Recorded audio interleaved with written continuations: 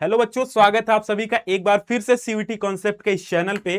और आज हम बहुत बेहतरीन तरीके से सिलेबस की डिटेल्स को जानने वाले हैं। ट्रेंड को देखेंगे कि कैसे कौन से पार्ट में सिलेबस का क्या सीन रहा है। जैसे आप देखोगे आरसी वाला जो पार्ट रहता है इंग्लिश में, वो साल दर साल पहले ज्यादा आता था, फिर कम हुआ, फिर इस साल ज्यादा आने लगा। इसी तरीके से हम समझेंगे कि जो वोकैब का पार्ट है उसमें क्या ट्रेंड फॉलो हो रहा है, ये सब देखेंगे, बेहतरीन तरीके से समझेंगे। लेकिन आगे बढ़ने से पहले बता दें कि मेरा नाम रविनंदन मिश्रा है और मैं करंटली बीएचयू से अभी मेरा ग्रेजुएशन चल रहा है और मैं आपका इंग्लिश मेंटर हूं, जो कि सीयूईटी और एनसीईटी दोनों जगह पे हम पढ़ाएंगे। ठीक है, आपको कोई प्रॉब्लम नहीं आएगी। आप क्लासेस करोगे तो आपको समझ में आ जाएगा कि मक्खन के तरीके से आपके सारे क्वेश्चंस बनते जा रहे हैं। ठीक है, तो जैसा कि आपको पता है कि इंग्लिश डोमेन जो है इसमें करीब 10 लाख से ज्यादा बच्चे अपीयर होते हैं हर साल।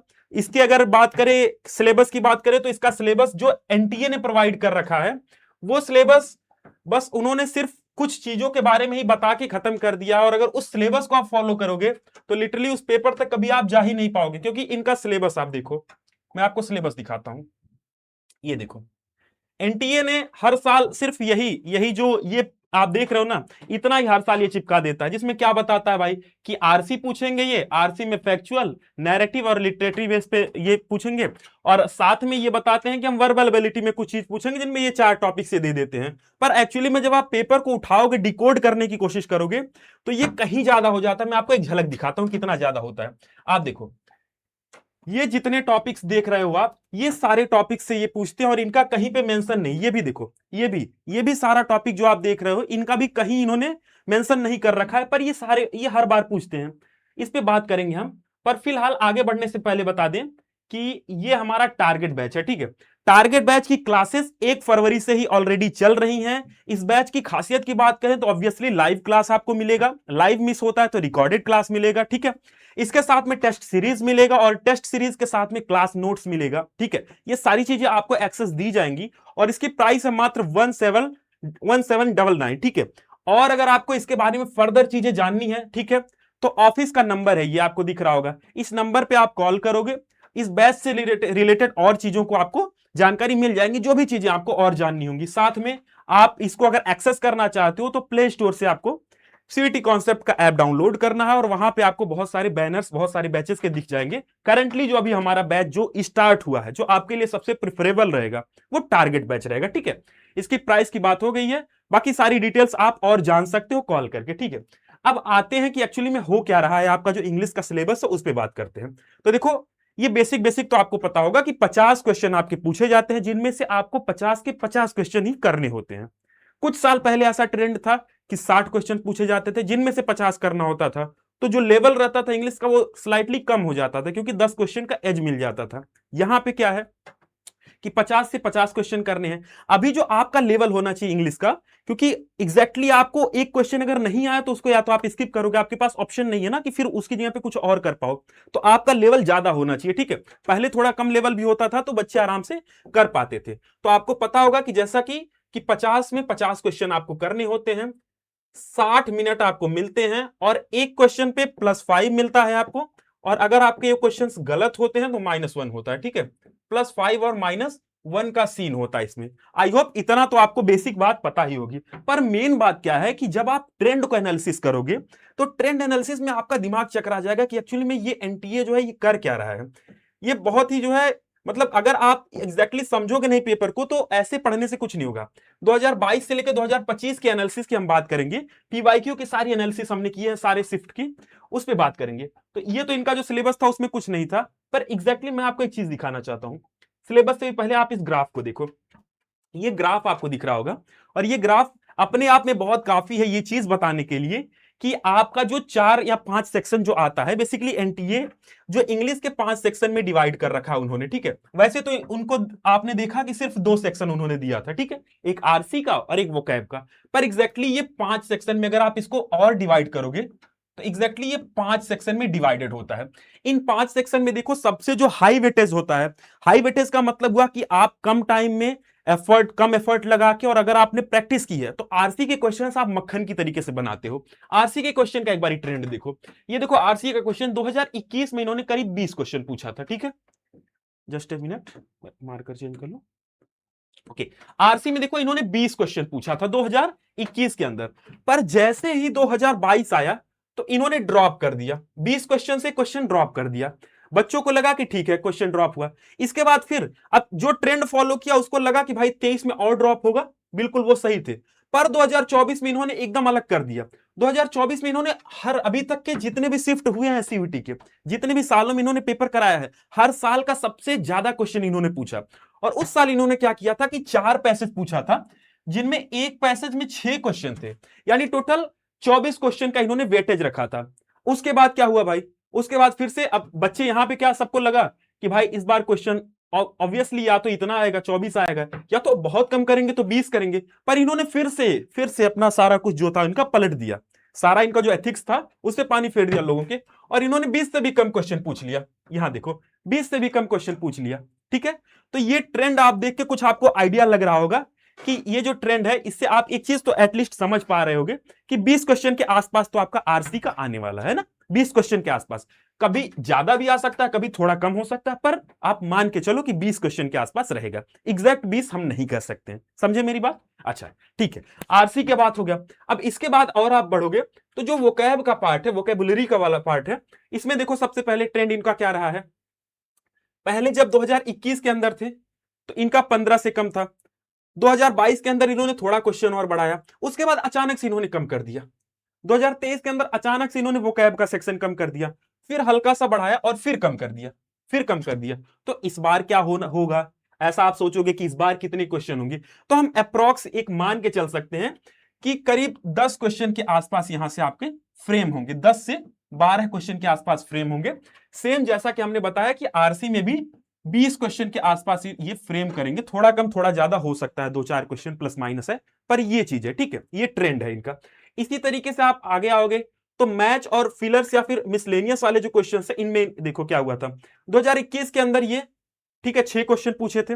उसके बाद क्या हुआ, ये 7-8 क्वेश्चन इन्होंने पूछा, 6 के बाद फिर 8 क्वेश्चन पूछा, 2 क्वेश्चन बढ़ाया, फिर अचानक से इन्होंने बढ़ा दिया, अचानक से ये 12 क्वेश्चन पूछ लिए।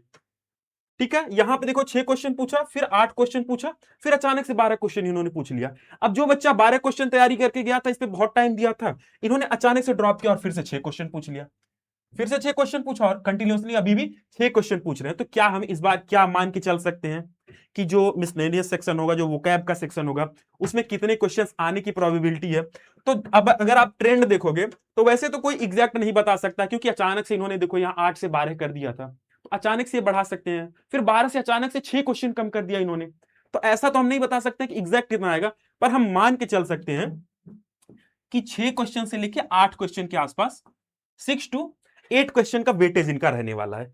सेम वे से अगर आप और आगे बढ़ोगे तो सेंटेंस रीअरेंजमेंट, अब मैं आपको बता दूं, सेंटेंस रीअरेंजमेंट एक ऐसा टॉपिक है जो बेहद ही आसान टॉपिक है, मतलब एकदम आसान टॉपिक है।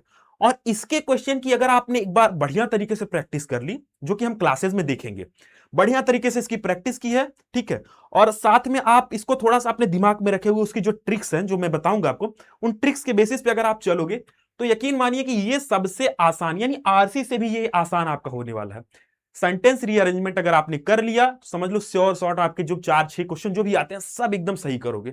इतना जो है ये high weightage topic, high weightage इसीलिए है क्योंकि देखो पहले तो इन्होंने कम किया, आप देखो यहां पे समझो आरसी में क्यों बोल रहा हूं कि इंग्लिश के पेपर में इस साल जो भी लोग जाएंगे वो लोग अभी सबसे पहले अगर कुछ कवर करेंगे तो सिर्फ 2 टॉपिक कवर करेंगे। पहला तो उनको रीडिंग कॉम्प्रिहेंशन करना है, और दूसरा चीज आरएच करना है ना, है ना, आरएच करना है ना, सेंटेंस रीअरेंजमेंट वाला करना है। ये दोनों आपको करना ही करना है। आरसी का तो आपको पता है कि 20 के आसपास आएंगे, पर सेंटेंस रीअरेंजमेंट उससे भी कम टाइम लेगा और ये सही होने की प्रोबेबिलिटी सबसे ज्यादा होती है। ठीक है, तो यहां पे आप देखो इसका अगर ट्रेंड देखोगे तो ये एकमात्र ऐसा टॉपिक है जिसका ट्रेंड आप हमेशा बढ़ते हुए देखोगे, हर साल दर साल या तो इक्वल रहा है या फिर बढ़ा है, कभी घटा नहीं है। आप देखो यहां पे आपको ग्राफ के अकॉर्डिंग दिख रहा होगा, है ना। यहां पे देखो 2021 के अंदर बहुत कम था, 2 क्वेश्चन सिर्फ था, उसके बाद इन्होंने 4 क्वेश्चन पूछा 2022 के अंदर। जब 2022 के अंदर इन्होंने 4 क्वेश्चन पूछा तो इसके बाद फिर देखो फिर 2023 के अंदर इन्होंने 1 क्वेश्चन सिर्फ कम किया, 3 क्वेश्चन पूछा, पर उसके बाद फिर इन्होंने 5 क्वेश्चन किया और फिर इन्होंने 6 क्वेश्चन किया। तो देखो लगातार ये साल दर साल बढ़ते जा रहे हैं। और इस बार का क्या ट्रेंड है भाई, इस बार कम कर सकते हैं, ज्यादा कर सकते हैं, कितना क्वेश्चन कर सकते हैं, तो आप एक्सपेक्ट करके चल सकते हो कि 6 क्वेश्चन 5 से 6 क्वेश्चन इस बार भी ये पूछेंगे, और ये 5 से 6 क्वेश्चन का मतलब हुआ कि अगर आप प्रैक्टिस बढ़िया की हो तो सब सही होंगे, एकदम सब सही होंगे, ऐसा है इसका। ठीक है, तो ये तो आपको ट्रेंड समझ में आ रहा होगा, और ये आपका जो है पिछले 4 साल का ट्रेंड है कि कौन कौन सा सेक्शन कम होते जा रहा है, कौन सा सेक्शन ज्यादा होते जा रहा है, जिसमें हमें एक ही चीज समझ में आई कि आरसी नहीं छोड़ के जाना है। दूसरा समझ में आया कि सेंटेंस रीअरेंजमेंट वाला जो सेक्शन है ये लगातार हर साल बढ़ रहा है ना, बीच में एक साल का एक क्वेश्चन ड्रॉप हुआ था, बाकी हर साल बढ़ते जा रहा है। ठीक है, तो ये इतने साल का सारे पेपरों को उठाने के बाद, उनके एनालिसिस करने के बाद बढ़िया तरीके से ग्राफ हमने आपके सामने रख दिया है। एकदम एकदम ट्रांसपेरेंट चीजें आपके सामने है, कि ऐसा कुछ नहीं है कि कोई चीज ऐसा है जो हमने छिपाया है, या कोई ऐसी चीजें जो आपको ऐसे ही बता दी गई है। अच्छा ठीक है, अब क्योंकि 2026 में आप पेपर दोगे, ऑब्वियसली सबसे ज्यादा अगर आप किसी चीज पे रिलाई कर सकते हो तो 2025 पे रिलाई कर सकते हो कि भैया 2025 में, या सर 2025 में क्या सीन रहा था। तो 2025 का सीन आप एक बार देखो, इसमें जो आरसी का सेक्शन था, आरसी का सेक्शन था, इनमें 16 क्वेश्चन के आसपास इन्होंने देखा था। ठीक है, 16 क्वेश्चन के आसपास। फिर आरएच यानी सेंटेंस रीअरेंजमेंट 6 क्वेश्चन जैसा हमने देखा। वो कैब का जो सेक्शन था ये 8 से 9 क्वेश्चन था, है ना, 8 से 9 क्वेश्चन था। ग्रामर का जो सेक्शन था ये, अब देखो ग्रामर का सेक्शन सबसे ज्यादा क्या करते हैं, इंग्लिश का मतलब लोग क्या समझते हैं, अगर इंग्लिश का पेपर आप देने जाओगे डोमेन में तो ऑब्वियसली सारे लोग, जितने भी लोग हैं, ये एक मतलब पहले से एजम्पशन बना हुआ है, प्री एजम्पशन है लोगों का कि इंग्लिश का मतलब हुआ ग्रामर, इंग्लिश का मतलब हुआ ग्रामर। और ग्रामर से इन्होंने कितना क्वेश्चन पूछा आपके सामने है, ग्रामर का इन्होंने कितना क्वेश्चन पूछा आपके सामने है, 4 क्वेश्चन सिर्फ पूछा था, सिर्फ 4 क्वेश्चन पूछा था। और आप अपना कितना करते हो, आप 80% टाइम 4 क्वेश्चन के लिए लगाते हो, 80% टाइम 4 क्वेश्चन के लिए लगाते हो। आपको पता ही नहीं है कि ग्रामर के अलावा भी चीजें हैं। आपको लगता है कि आप पार्ट्स ऑफ स्पीच को बहुत मास्टर कर लोगे, नाउन, प्रोनाउन, एडजेक्टिव, एडवर्ब, ये सब अच्छे से पढ़ लोगे, है ना, तो आपका जो है बहुत बढ़िया हो जाएगा। पर ऐसा कुछ नहीं है। आप देखो यहाँ पे क्वेश्चन का ट्रेंड देखो, कुछ नहीं है। मिसलेनियस सेक्शन देख लो, 6 क्वेश्चन पूछ रहे हैं, मिसलेनियस सेक्शन से सिर्फ 6 क्वेश्चन ही पूछ रहे हैं भाई। मिसलेनियस सेक्शन और ग्रामर सेक्शन का मिला के 10 क्वेश्चन होता है। इतना तो जो है आपका सिर्फ ये 10 क्वेश्चन, इतना तो आप वोकैब में कवर कर लोगे। और वोकैब इनसे कहीं आसान है, अगर आप रोज कुछ प्रैक्टिस करते रहोगे।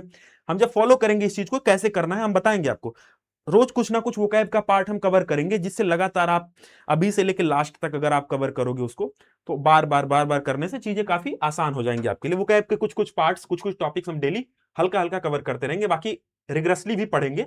पर वैसे भी हम कोई और टॉपिक चल रहा है तब भी वोकैब का पार्ट हम कुछ कवर कर लेंगे लास्ट में 10 मिनट के लिए। आरएच का सेक्शन देखो भाई, ग्रामर से ज्यादा तो आरएच का सेक्शन आ रहा है ना, सेंटेंस रीअरेंजमेंट का आ रहा है, मिसलेनियस के बराबर आ रहा है, बताओ। और ये इतना आसान है कि इसको आप करोगे ही करोगे, सही ही करोगे, इसमें तो गलत होने का कहीं कोई चांस ही नहीं है ना, गलत होने का कहीं कोई चांस ही नहीं है। ठीक है, अब बात करते हैं कि एग्जैक्टली अब इसको हम तोड़ते हैं। ठीक है, आपने ये तो देख लिया कि आरसी है, वो कैब है, मिसलेनियस है ना, सारी चीजें हैं, आरएच है यानी सेंटेंस रीअरेंजमेंट है, ये सारी चीजें हैं, बिल्कुल बढ़िया। पर हमें अभी ये नहीं पता चला कि एग्जैक्ट कितने कितने क्वेश्चन कौन कौन से साल पूछे हैं। हम एग्जैक्ट आपको बताते हैं। अब जैसे देखो, आपको पता होगा कि जो आरसी का टॉपिक है ना, ये आरसी का टॉपिक बेसिकली डिवाइड होता है ना, आरसी का टॉपिक डिवाइड होता है 3 पार्ट में। 3 टाइप के आरसी आपसे हमेशा पूछे जाते हैं। पहला कौन सा आरसी है भाई, तो एक तो आपका पूछा जाएगा फैक्चुअल बेस्ड पे, फैक्ट पे पूछेगा, वो एकदम फैक्ट पे पूछेगा, है ना, फैक्चुअल बेस पे पूछा जाएगा। तो जो फैक्चुअल बेस पे क्वेश्चन होता है ना, तो वो काफी आसान माना जाता है। इसके बाद है ना, इसके बाद इन्फ्रेंस बेस पे पूछा जाएगा, और एक वोकैब पे पूछा जाएगा। अब जो वोकैब वाला होता है, ये वोकैब वाला एक तरीके से समझ लो कि जो आपने वोकैब का पीछे किया था, जहां पे आप रोज रोज कुछ प्रैक्टिस कर रहे हो, वो यहाँ पे आपको डायरेक्ट फायदा करेगा, है ना। फैक्चुअल पे तो आप कुछ नहीं कर नहीं सकते हो, है ना, इसमें भी आप कुछ नहीं कर सकते हो। अच्छा, क्वेश्चन का क्या वेटेज रहा है, तो यहाँ पे देखो कि अगर अभी तक के हम ट्रेंड की एनालिसिस करें तो ये तीनों टॉपिक वेरी हाई और हाई के कैटेगरी में आ रहे हैं। किस में आ रहे हैं भाई, वेरी हाई और हाई की कैटेगरी में आ रहे हैं। 2025 की बात करें तो 6 से 8 क्वेश्चन थे, है ना, फैक्चुअल बेस पे टोटल मिला के, है ना, डायरेक्ट फ्रॉम पैसेज से। फैक्चुअल बेस का क्या मतलब हुआ, पैसेज से ही आपको आंसर मिल जाएगा, पैसेज से ही आंसर मिल जाएगा। लोगों को लगता है कि आरसी का मतलब होता है कि भाई आरसी यानी रीडिंग कंप्रीहेंशन, अच्छा तो रीडिंग कंप्रीहेंशन का मतलब सारा कुछ पैसेज से ही मिल जाए, पर ऐसा नहीं है। आपके सामने यहां दिख रहा है, यहां आपके सामने दिख रहा है 6 से 8 क्वेश्चन ही सिर्फ मिले हैं डायरेक्ट पैसेज से। Meaning from passage, meaning from passage से भी 2 से 3 क्वेश्चन आ रहे हैं। अब मीनिंग फ्रॉम पैसेज के लिए आपको पहले नॉलेज होना जरूरी है, पहले नॉलेज होना जरूरी है, वो कैब का आपका मजबूत होना जरूरी है, तभी आप ये कर पाओगे। ठीक है, इसी तरीके से इम्प्लिसिट मीनिंग का मतलब हुआ कि 4 से 6 क्वेश्चन इससे भी आ रहा है। इम्प्लिसिट मीनिंग का क्या मतलब हुआ कि एग्जैक्ट वो चीज नहीं पूछेगा। फॉर एग्जाम्पल कोई पैसेज है जिसमें अगर मान लो ऐसा कुछ बोल रहा है कि किसी के बारे में बताएगा। फॉर एग्जाम्पल अगर मान लो कि द पार्लियामेंट ऑफ इंडिया के बारे में अगर कुछ बातें हो रही है, ठीक है, अब उससे कुछ फैक्ट वाली बातें पूछ दिया, तब तो डायरेक्ट आप 6 से 8 में आ जाओगे, ठीक है। अगर मान लो उसमें कुछ और चीजें पूछा, वो कैब वाली बात, तो इधर आ गए। पर कुछ ऐसी चीजें होती है जो इंप्लिसिट होती है कि पार्लियामेंट ऑफ इंडिया किस चीज को रिप्रेजेंट कर रहा है, तो पीपल ऑफ इंडिया क्या चीज, तो वो थोड़ा सा आपको ना इनडायरेक्टली ये शो करना होगा अपने दिमाग को, ये मतलब अपने दिमाग में ही वो चीज को इमेजिनेशन करना होगा, एक तरीके से कह सकते हो कि एग्जैक्टली ये कहना क्या चाह रहा है ना, जिसको बोलते हैं बिटवीन द लाइन। आपको समझना होगा, बिटवीन द लाइन पढ़ना होगा। तो यहां से भी 4 से 6 क्वेश्चन आ रहे हैं। तो आरसी में भी देखो 3 तरीके की चीजें बन सकती हैं। ऐसा नहीं कि सारी चीजें जो उसमें लिखी हुई है वही आप करोगे। इसके और बाकी पिछले सालों में भी देखोगे तो ऐसा ही कुछ ट्रेंड रहा है, हर साल ट्रेंड ऐसा रहा है ना। फैक्चुअल बेस्ड जो है वो थोड़ा ज्यादा रहता है, इंप्लिसिट मीनिंग उसके बाद रहता है, और वोकैब का भी सेक्शन 2 से 3 क्वेश्चन हर बार रह रहा है, आप देख लो। इसके बाद आते हैं भाई आरएच का सेक्शन, जो कि सबसे आसान और सबसे स्कोरिंग टॉपिक है। इनका भी देख लो पोटेंशियल क्या है भाई, इनका हाई और वेरी हाई में ये भी आ रहे हैं, ठीक बात है। अब जो आरएच का है ये कैसा होता है भाई, तो एक तो पैराजंबल हो सकता है और एक सेंटेंस प्लेसमेंट हो सकता है। पैराजंबल का क्या मतलब है, वो लॉजिकल ऑर्डर है।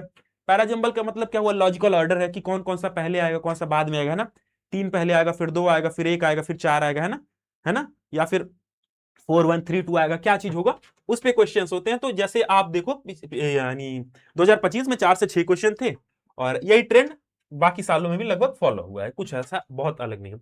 Then first and last sentence वाली बात जो रहती है उसमें एक क्वेश्चन के आसपास है ना, और नहीं भी है तो भी कोई बात नहीं है, पर इसमें जो क्वेश्चंस होते हैं वो बन जाते हैं, कहने का मतलब ये। वोकैब के सेक्शन में आ जाओ, तो वोकैब के सेक्शन में देखोगे तो सिनोनिम्स और एंटोनिम्स है। अब सिनोनिम्स और एंटोनिम्स में क्या है भाई, अब सिनोनिम्स और एंटोनिम्स ऐसा नहीं है कि ये एक दिन में आपका कवर होगा, इसीलिए इसका वेटेज भी दिया है मीडियम, क्योंकि वैसे भी ये पूछता नहीं है, एक क्वेश्चन आएगा 2 क्वेश्चन आएगा। और सिनोनिम्स और एंटोनिम्स इतनी ब्रॉड टॉपिक है कि आप अभी से रोज पढ़ो तब भी आप नहीं कह सकते हो कि लास्ट डे पे जब आपके सामने पेपर होगा तो जो भी आएगा वो कभी आप पढ़े ही होगे, ऐसा जरूरी नहीं है कि वो पढ़ा ही दिखे, ठीक है। तो ये इतना अनएक्सपेक्टेड जो है एक तरीके से कह सकते हो। पर इसमें कुछ चीजें होती हैं जहां पे आप मैक्सिमम टच करने की कोशिश करते हो, है ना, कि ठीक है मैक्सिमम हम कर पाए, तो ये चीज है, ठीक है। ओके, अब इसके बाद वोकैब के ही सेक्शन में 3 और चीजें आती हैं, ठीक है। जैसे वन वर्ड सब्स्टिट्यूशन है ना, वन वर्ड सब्स्टिट्यूशन है, आइडम्स एंड फेजेस हैं, और फेजल वर्ब है। इनसे भी 1 से 2 क्वेश्चन पूछे गए थे पिछले साल, और इनका भी जो वेटेज है वो मीडियम है या फिर लो है ना, मीडियम है या फिर लो है, ठीक है। और ये सच बताऊं आपको तो ये ऐसे टॉपिक हैं, ये वोकैब का सेक्शन ऐसा है कि ये अगर आपका 10 दिन पहले 10 दिन बाद एग्जाम है तो 10 दिन में आप बहुत कुछ खास नहीं कर सकते हो। वोकैब का सेक्शन ऐसा है कि आपको रोज 10-10 मिनट 15-15 मिनट ही देना है, पर रोज देना है। बार बार जितनी बार आप अपनी आंखों के सामने से स्कैन करोगे इसको, उतना ये बेटर होगा आपके लिए, उतना ही ये आपके लिए बेटर होगा। अच्छा ठीक है, चलो ये हो गया। अब इसके बाद देखो ग्रामर वाला सेक्शन आ गया। ग्रामर वाले सेक्शन को भी 4 पार्ट में हमने डिवाइड कर रखा है। क्या क्या भाई, तो एरर वाली पहली चीज हो गई, सेंटेंस करेक्शन हो गया, टेंस हो गया, और सब्जेक्ट वर्ब अरेंजमेंट हो गया, सॉरी एग्रीमेंट हो गया। ओके, अब एरर वाला जो टॉपिक है इसमें देखो 2 से 3 क्वेश्चन पूछ रहा है, 2 से 3 क्वेश्चन पूछ रहा है, और ये भी आसान है, ये भी आसान है, ठीक है। मीडियम की कैटेगरी में इन्होंने डाल रखा है, पर आसान है, कोई इसमें बहुत ज्यादा वो दिक्कत नहीं होती, एरर भी आप छांट पाओगे आराम से। इसके बाद सेंटेंस करेक्शन की बात आती है, तो सेंटेंस करेक्शन में भी 2 से 3 क्वेश्चन पूछा है इन्होंने, है ना। और टेंस की बात है तो टेंस तो ऑब्वियसली बहुत कम पूछा जाता है, 1 से 2 क्वेश्चन ही पूछा जाता है। वैसे है भी ये आसान, पर थोड़ा टाइम ये ज्यादा लेता है, तो टाइम कंज्यूमिंग ज्यादा है, और इसका पोटेंशियल भी देखोगे तो लो है, क्योंकि क्वेश्चन ही नहीं आते इससे ज्यादा। इसी तरीके से सब्जेक्ट वर्ब एग्रीमेंट की बात करोगे, यानी सिंगुलर या फिर प्लूरल वाली जो चीजें होती हैं उसकी बात करोगे, तो 1 से 2 क्वेश्चन आता है, और इसका भी पोटेंशियल देखोगे तो लो ही होता है ना। अब बात करते हैं मिसलेनियस। अब मिसलेनियस एक ऐसा जो है पॉइंट आता है, एक ऐसा टॉपिक है आपके इंग्लिश डोमेन में, जिसमें कुछ चीजें ऐसी हैं कि मिसलेनियस में अगर आप थोड़ा दिमाग लगा के काम करोगे तो मिसलेनियस का 50% क्वेश्चन बहुत आराम से कवर कर सकते हो, जिनको इन्होंने देखो हाई वेटेज में भी रख रखा है। हाई वेटेज में रख रखा है क्या है भाई, है ना, मैच द कॉलम, जिसमें कॉन्सेप्ट को आपको लिंक करना होता है। क्वेश्चन देखो भाई 4 से 6 क्वेश्चन इन्होंने पूछा है, कितना, 4 से 6 क्वेश्चन पूछा है। 4 से 6 क्वेश्चन का मतलब पता है आपको क्या हुआ, कि ग्रामर का अगर आप उठा के देख लो किसी दो या 3 टॉपिक को भी उठा लोगे तो भी ऑलमोस्ट ये लोग 6 क्वेश्चन के आसपास पहुंच रहे हैं, 6-7 क्वेश्चन, और इसमें सिर्फ एक ही से मैच द फॉलोइंग से ही ये 6 क्वेश्चन पूछ ले रहा है। इतना बेहतरीन है, इसलिए हाई वेटेज में इन्होंने रखा और काफी इजी होता है, ये बहुत इजी होता है ना, एक बार समझ जाओगे तो चीजें बनने लगेंगी आपको। सेम वे से फिल इन द ब्लैंक्स है, फिल इन द ब्लैंक्स का भी मीडियम ही है, क्योंकि इसमें भी चीजें थोड़ी ज्यादा पढ़ने होती हैं, इसलिए इन्होंने मीडियम सेक्शन में डाल रखा है। क्वेश्चन भी ठीक ठाक ही आते हैं, 2-3 क्वेश्चन आते हैं। फिगर ऑफ स्पीच सबसे ज्यादा लोग, सबसे ज्यादा इस पे जो है फिगर ऑफ स्पीच पे सबसे ज्यादा टाइम देते हैं। और क्वेश्चन कितना पूछ रहा है, या तो नहीं पूछ रहा है या एक क्वेश्चन पूछ रहा है। सबसे ज्यादा टाइम, मतलब ग्रामर का मतलब ही समझते हैं फिगर ऑफ स्पीच है। इंग्लिश डोमेन अगर किसी को बोल दे कि फिगर ऑफ स्पीच में पढ़ के नहीं जा रहा और इंग्लिश का पेपर है कल मेरा सीयूटी का, तो भाई वो बोलेगा कि तुमने पढ़ा क्या, पढ़ाई ही क्या की है। फिगर ऑफ स्पीच इतना इंपॉर्टेंस देते हो और आ कितना रहा है, क्वेश्चन ही नहीं आ रहा है। पढ़ने का क्या मतलब है फिर? ऐसा नहीं कि हम इसको पढ़ेंगे नहीं, पढ़ेंगे, पर इतना सारा ट्रेंड देखने के बाद कुछ चीजें आपको समझ में आ गई होंगी कि आरसी कवर करना है आपको, आरसी पे थोड़ा दिमाग लगाना है, आरसी को कम टाइम में हाई एक्यूरेसी के साथ कैसे कवर किया जा सके। सेम वे से आपको यह समझना है कि सेंटेंस अरेंजमेंट कैसा हो सके, आपको यह समझना है कि जो मैच द फॉलोइंग है, मैच द कॉलम है, उसको कैसे हम कवर कर सकते हैं। कुछ कुछ ऐसी चीजें हैं, है ना। इसी तरीके से आपको आपको ये चीज समझना है कि हाँ ठीक है, ये हो गया।